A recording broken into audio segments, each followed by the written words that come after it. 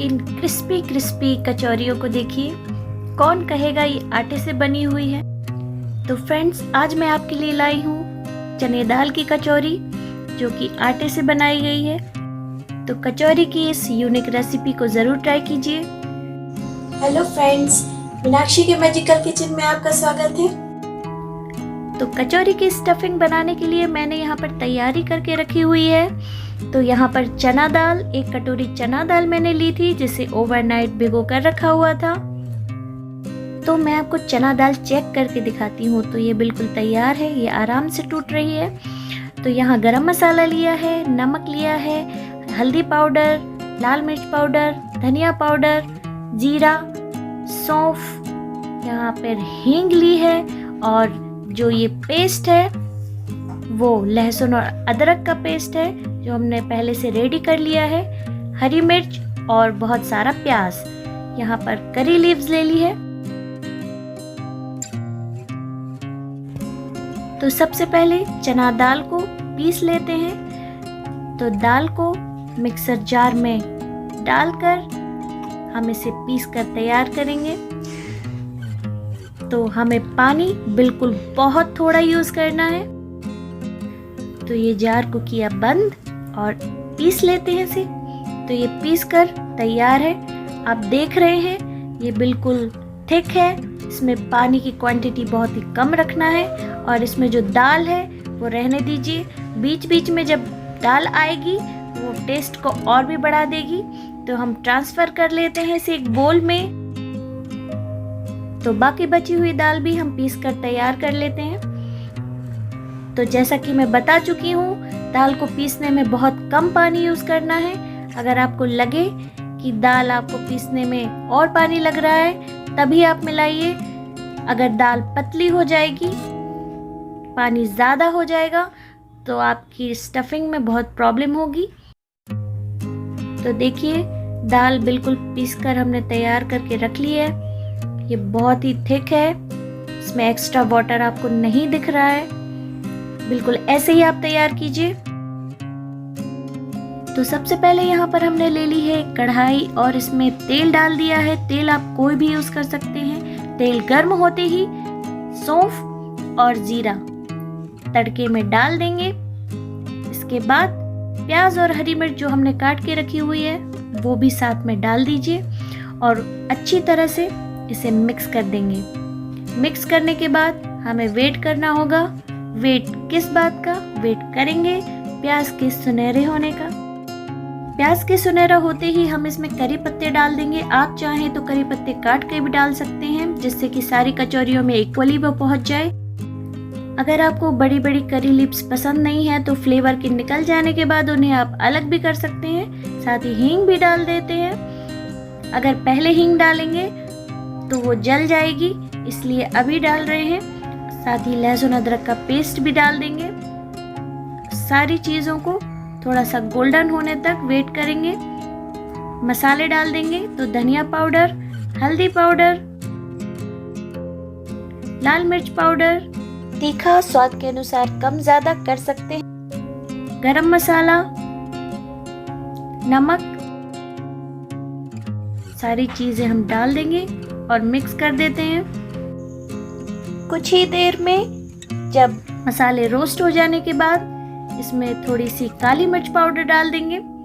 बिल्कुल ऑप्शनल है, अगर आप पसंद ना करते हो तो स्किप कर सकते हैं। इसके बाद हम अपना चना दाल का बैटर इसमें डाल देंगे और धीरे धीरे मसालों में इसे मिक्स करते हुए चलाते रहेंगे। अगर आप नॉन स्टिक कढ़ाई में से बनाएंगे तो दाल चिपकेगी नहीं, लेकिन इन कढ़ाइयों में आप धीरे धीरे नीचे से खुरचते हुए, निकालते हुए आप इसे पलटते हुए 2-5 मिनट तक पकाइए। इसे ज़्यादा बारीक नहीं करना है। हरी धनिया पत्ती डाल देंगे, इससे इसका स्वाद और भी बढ़ जाएगा। तो बढ़िया सी चटपटी स्टफिंग बनकर बिल्कुल रेडी है। स्टफिंग को थोड़ा सा गीला ही रहने देना है, ज़्यादा नहीं पकाएंगे।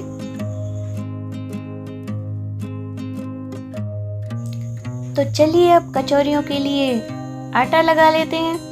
तो यहाँ 2 कटोरी मेजर करके आटा ले लिया है। अजवाइन मिलाएंगे।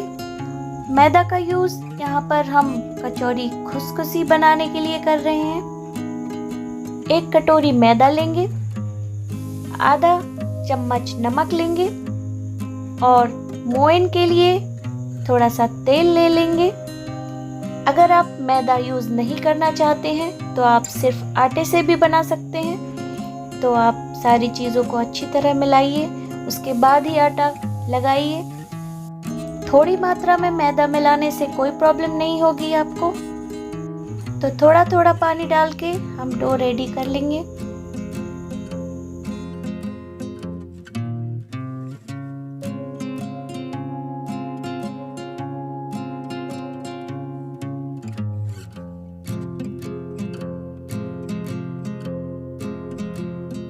आपके माइंड में एक सवाल तो आ ही रहा होगा कि डो हम कैसा रखेंगे।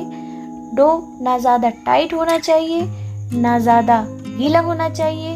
अगर गीला होगा तो फिलिंग बाहर निकल जाएगी और टाइट होगा तो अच्छे से बेल नहीं पाएंगे आप। तो थोड़ी थोड़ी लोई लेंगे। जिस साइज़ की कचौरी आप चाहते हैं उतना आटा लेंगे और इसे रोल बनाएंगे सबसे पहले, और बेलते हुए छोटी सी पूरी का शेप देंगे। देखिए कुछ इस तरह हम लोई को पूरी के शेप में बदलेंगे। फिर हम इसमें स्टफिंग फिल कर देते हैं। तो ज़्यादा नहीं भरेंगे, स्टफिंग उतनी ही रखेंगे जितना कि बेलने से बाहर ना निकल पाए। अगर आप बिगनर्स हैं तो आप बिल्कुल ध्यान से देखिए, चारों तरफ से आटे को लेकर और हमने इसे किस शेप में राउंड किया है, और बिल्कुल ध्यान देते रहिए कि कहीं से मिक्सचर बाहर ना निकल रहा हो, फिलिंग बाहर ना निकल पाए। तो ये बढ़िया सी हमने एक रोल बना ली है। अब बिल्कुल हल्के हाथों से हम इसे चारों तरफ से दबाएंगे। बिल्कुल प्रेशर नहीं लगाना है, नहीं तो फिलिंग बाहर आ जाएगी। चारों तरफ से सेट करने के बाद बिल्कुल हल्के हाथों से इसे बेलना है दोनों तरफ से। साइज आप जितना चाहें बड़ा छोटा कर सकते हैं। तो देखिए कचौड़ी रेडी है, रेडी टू फ्राई। तो कढ़ाई में तेल गर्म है, इसमें एक एक करके कचौरियों को तल लेंगे। तो कचौरी को डालने के बाद जैसे हम पूरियों को ऊपर से प्रेस करते जाते हैं हल्का सा, वैसे प्रेस करते जाना है, जिससे कि धीरे धीरे कचौरियाँ फूल जाएंगी।